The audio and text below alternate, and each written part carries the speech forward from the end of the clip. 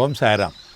எல்லாருக்கும் இந்த 2026 வருஷம் நல்ல வருஷமாக வெற்றிகரமாக அமைய வாழ்த்துறேன்.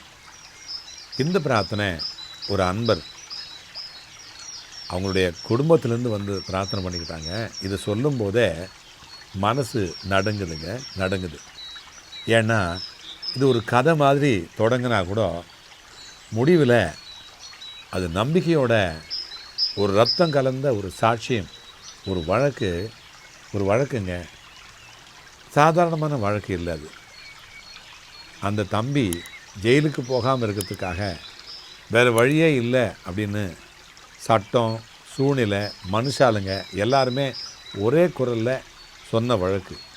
கண்டிப்பாக அவனுக்கு கைவிலங்கு கிடைக்கும், அவன் ஜெயிலுக்கு போகிறது உறுதி, அவனை ரிமாண்டு பண்ணிவிடுவாங்க அப்படின்னு சொல்கிறாங்க எல்லாரும்.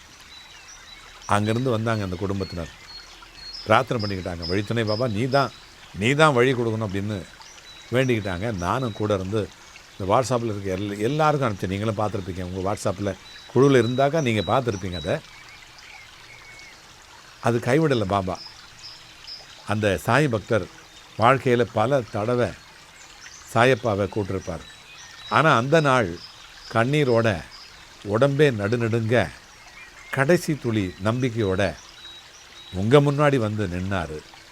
என்னை காப்பாற்றுன்னு அவர் கேட்டதை விட சாயப்பா என்னை கைவிட மாட்டார்னு அவர் சொன்னது தான். அவர் கண்ணிலிருந்து அந்த தண்ணியாக வரும்பொழுது அவர் என்ன சொன்னார் தெரியுமா? சாயப்பா என்னை கைவிட மாட்டார், காப்பாற்றுன்னு கேட்கல, என்னை கைவிட மாட்டார்னு கண்ணீர் விட்டாருங்க. அந்த கண்கள் சொன்னது தான் அது அதிகம். அந்த செய்தி நீங்கள் என்ன பண்ணீங்க? பெரிய பிரசங்கம் இல்லை, பெரிய சப்தம் இல்லை, ஒரு நண்பரை நினச்சிங்க. அவர் ஒரு வழக்கறிஞர், அவர் தினம் சச்சரித்திரம் படிக்கிறவர். நான் என்ன செஞ்சேன், அவருக்கு ஒரு ஃபோனை போட்டேன். அங்கே அழுத பார்த்துட்டு என்னால் தாங்க முடியல. அந்த நேரத்தில் அந்த வழக்கறிஞர் வந்து சச்சரித்திரம் படிக்கிறவர், டெய்லி இங்கே வந்து நம்மகிட்ட கும்பிடுவார். அது போதும் எண்ணத்துக்கு வந்துச்சு. பாபா நினைவூட்டினார், வழித்துணை பாபா. கோர்ட்டில் அவர் நின்ன நேரம் அவர் தனியாக நின்ன மாதிரி தெரிந்தாலும் நான் அனுப்பிச்சேன் அந்த பிள்ளைக்காக, உதவுங்கப்பா, இன்றைக்கி போங்க, இந்த ஆர்கியூமெண்ட்டுக்கு நீங்கள் போங்க அப்படின்னு சொல்லி அனுப்பிச்சேன். அவருக்கு பின்னாடி நின்னது ஒரு புஸ்தகம் இல்லை, ஒரு நம்பிக்கை. அவர் செஞ்ச அந்த ஆர்கியூமெண்ட்டு சட்டத்துக்குள்ளார இருந்துச்சு, சட்டத்துக்கு உட்பட்டு இருந்தது. ஆனால் இது வரைக்கும் யாரும் அந்த இடத்துல அந்த மாதிரி பேசினதே இல்லை. அந்த வார்த்தைங்க அந்த புத்தியிலிருந்து வரல, அது சச்சரித்திரத்திலிருந்து வந்தது, அது ஒரு தெளிவிலிருந்து வந்துச்சு. இங்கே நீதி இருக்குது அப்படின்னு உயிரோட்டமாக உள்ளுக்குள்ளற ஒரு உறுதியாக வந்து விழுந்தது இந்த வார்த்தை. கோர்ட்டே ஒரு நிமிஷம் அமைதியாக போயிடுச்சு. ஜட்ஜி மூக்கில் கை வச்சு அவரே பார்த்தார். ஆச்சரியம். அந்த ஆச்சரியம் ஒரு மனுஷன் பேசுனதுக்காக இல்லை, ஒரு சக்தி செயல்படுத்துறதுக்கான ஒரு விஷயமாக இருந்துச்சு.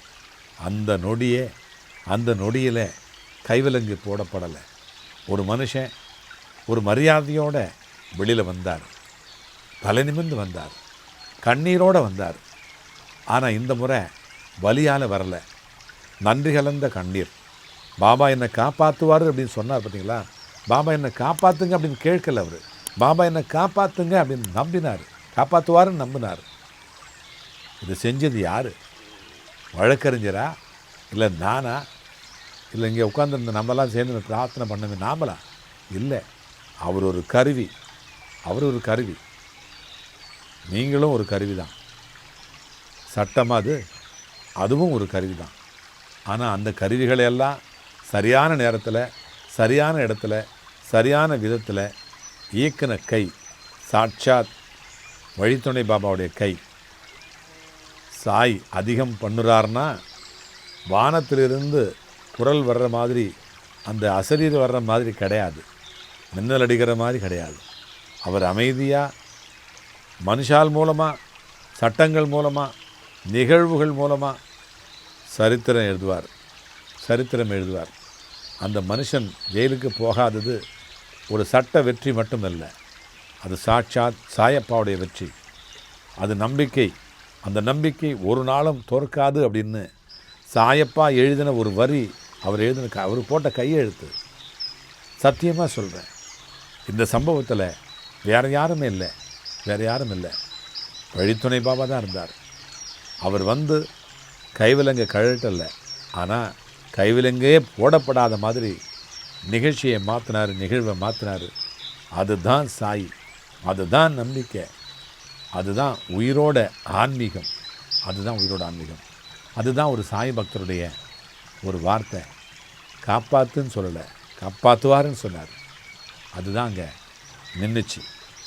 அல்லாஹ் பாலி.